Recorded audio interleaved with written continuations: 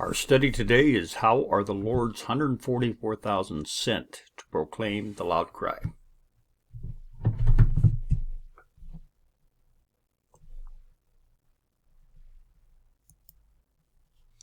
Okay, our study verse is, "And I will set a sign among them, and will send those that escape of them unto the nations, to Tarshish, to Pul, and Lud, to draw the bow, to Tuban, Javan, to the isles afar off, that have not heard my fame, neither have they seen my glory, and they shall declare my glory among the Gentiles. And they shall bring all your brethren for an offering unto the Lord out of all nations upon horses, in chariots, in litters, upon mules, upon swift beasts, to my holy mountain Jerusalem, saith the Lord, as the children of Israel bring an offering in a clean vessel into the house of the Lord." Isaiah 66:19-20. Here we see that this is the promise of the loud cry. And we notice that in this time there will be clean vessels in the house of the Lord. Right now in the SDA church we have unclean vessels, meaning we have wheat and tares. But soon, in the period of the loud cry, there will be clean vessels that will come into the house of the Lord.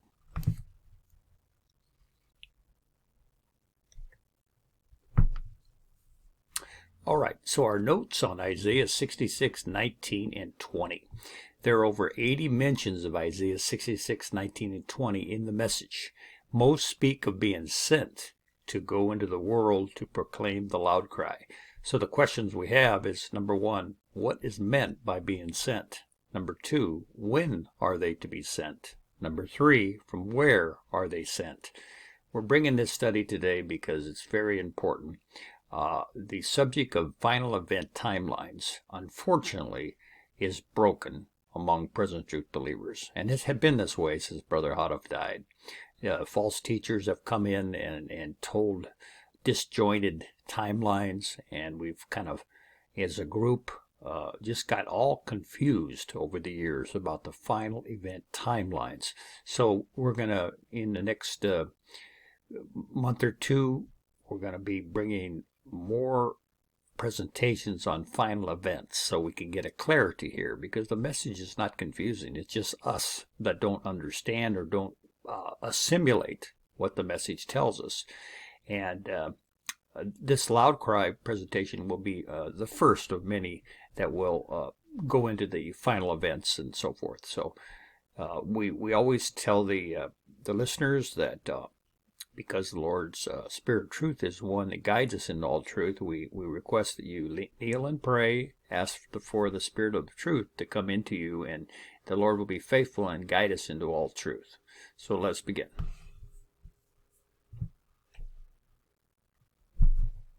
Now, of those 80 or so mentions of Isaiah 66:19-20, we're going to show a few examples, and we'll go ahead and pause and you can read these.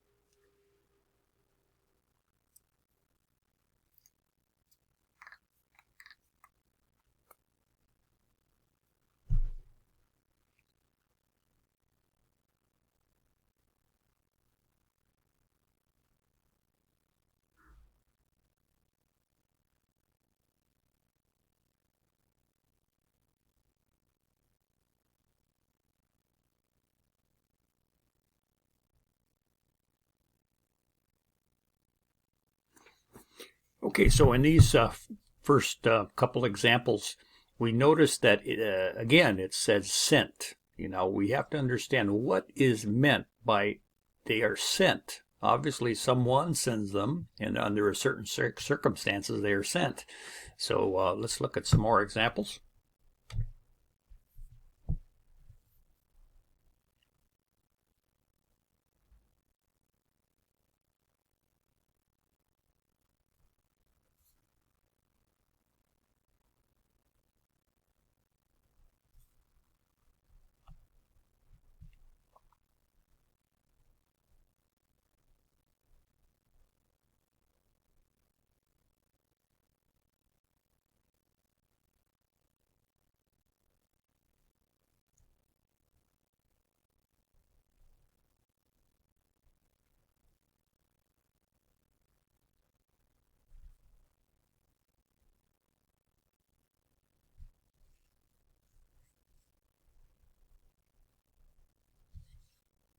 Okay, once again, we see more of those references, again, emphasizing the fact that they are sent. But we notice in 2TG number 15, page 7, there's a new word. They are commissioned.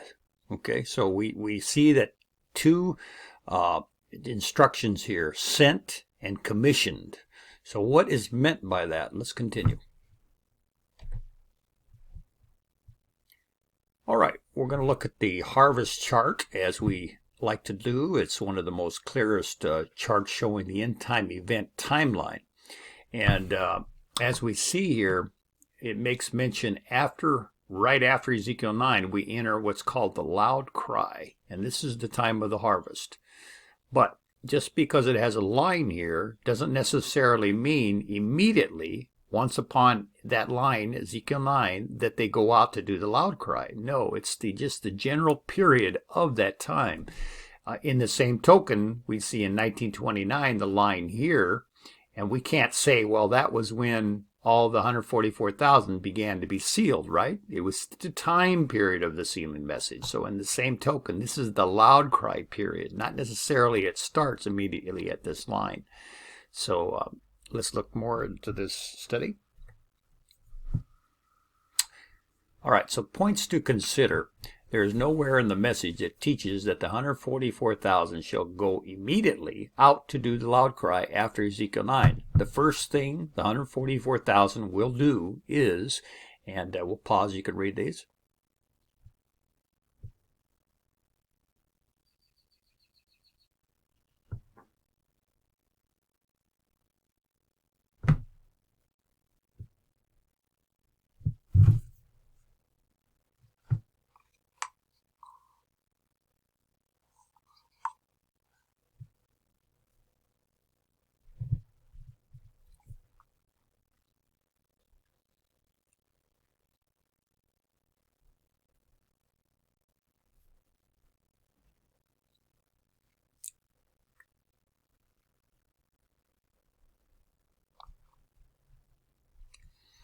Okay, so what we see is the first thing, or very soon after the Ezekiel 9 church judgment, the saints will flee to the valley.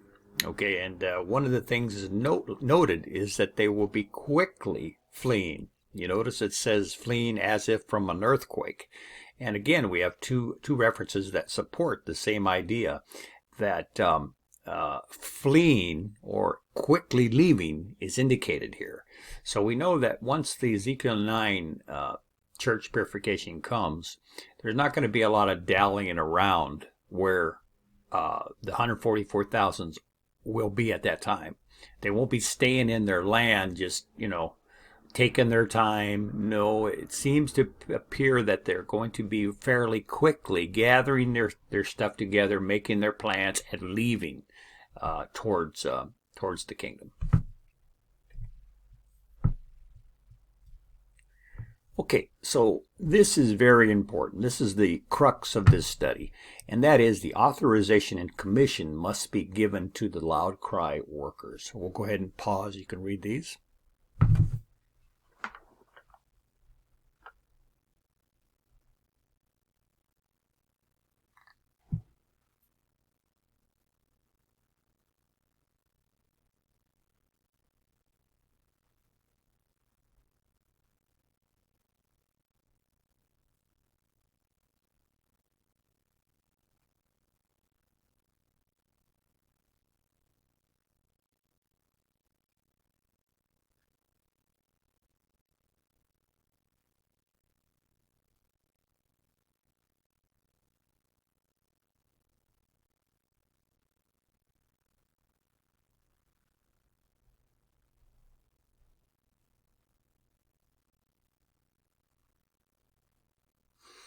Okay, so let's be very clear here.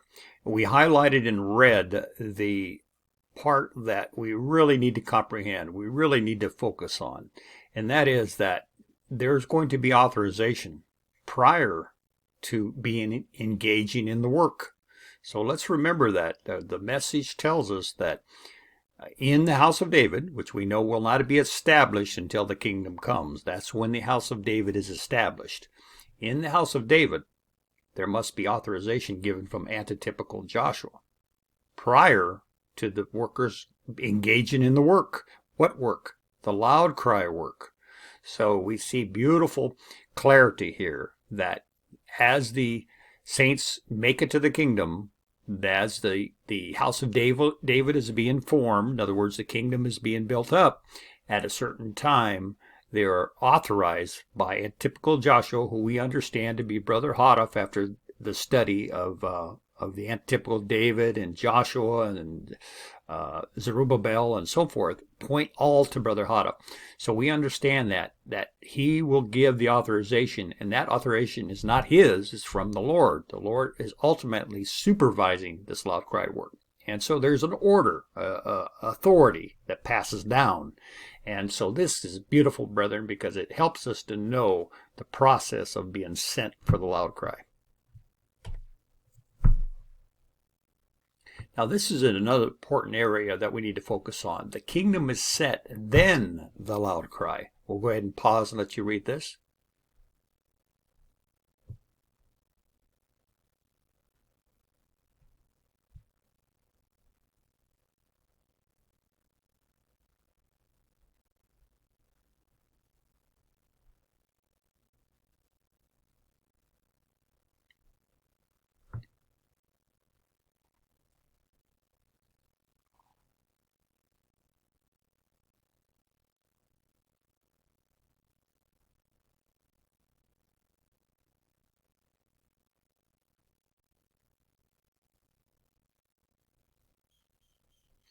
Okay, so this is the first of a few verses that indicate that the kingdom is set up, and then after many nations flow into it.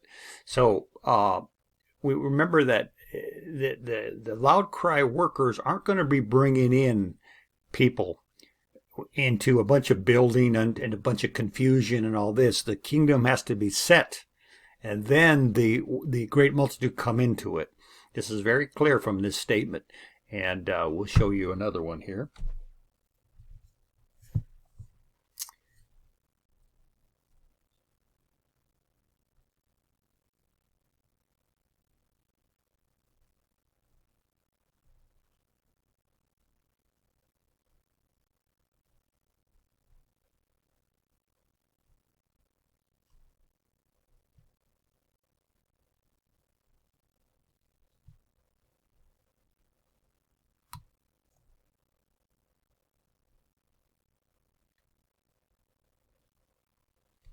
Okay, so we see another evidence that it is set up before the devil turns upon the remnant.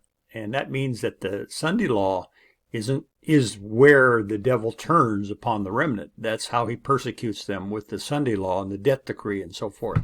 So this kingdom must be set up, and then the devil starts this persecution by the Sunday law and so forth.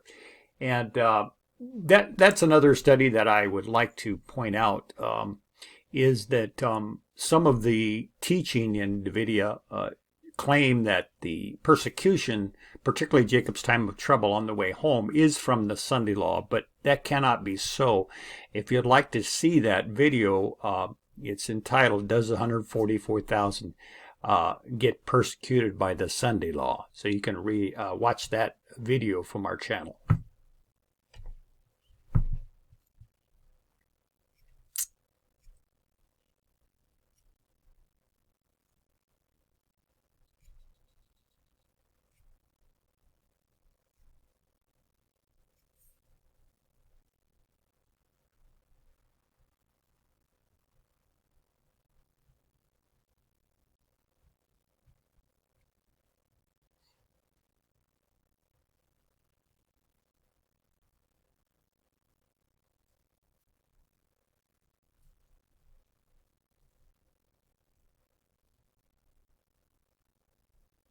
Okay, so we see once again more evidence that they are to come into an already purified and living church of God. So the people are to come out of Babylon into an already set up kingdom, already purified, living church of God.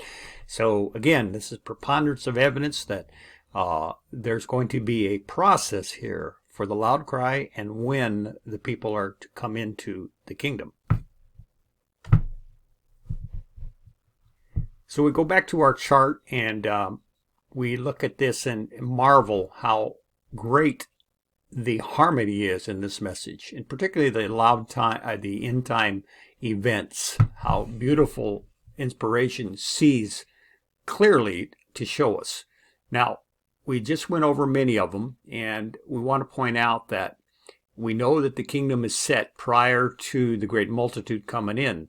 So in the timeline here, while the church federation is being built up in the two-horned beast domain and the world, the church federation is forming their plans for their Sunday law and so forth.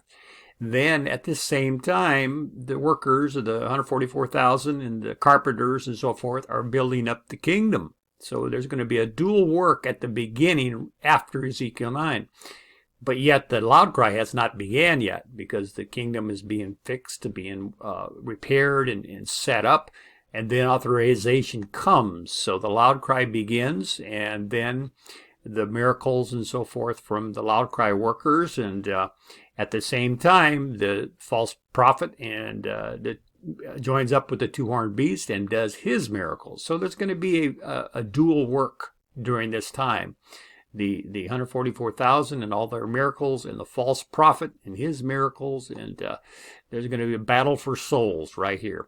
And so all of this is in the period of the loud cry. Even in the scarlet woman riding the scarlet colored beast is a period of the loud cry. So this is a great time for, like it says, the time of the harvest.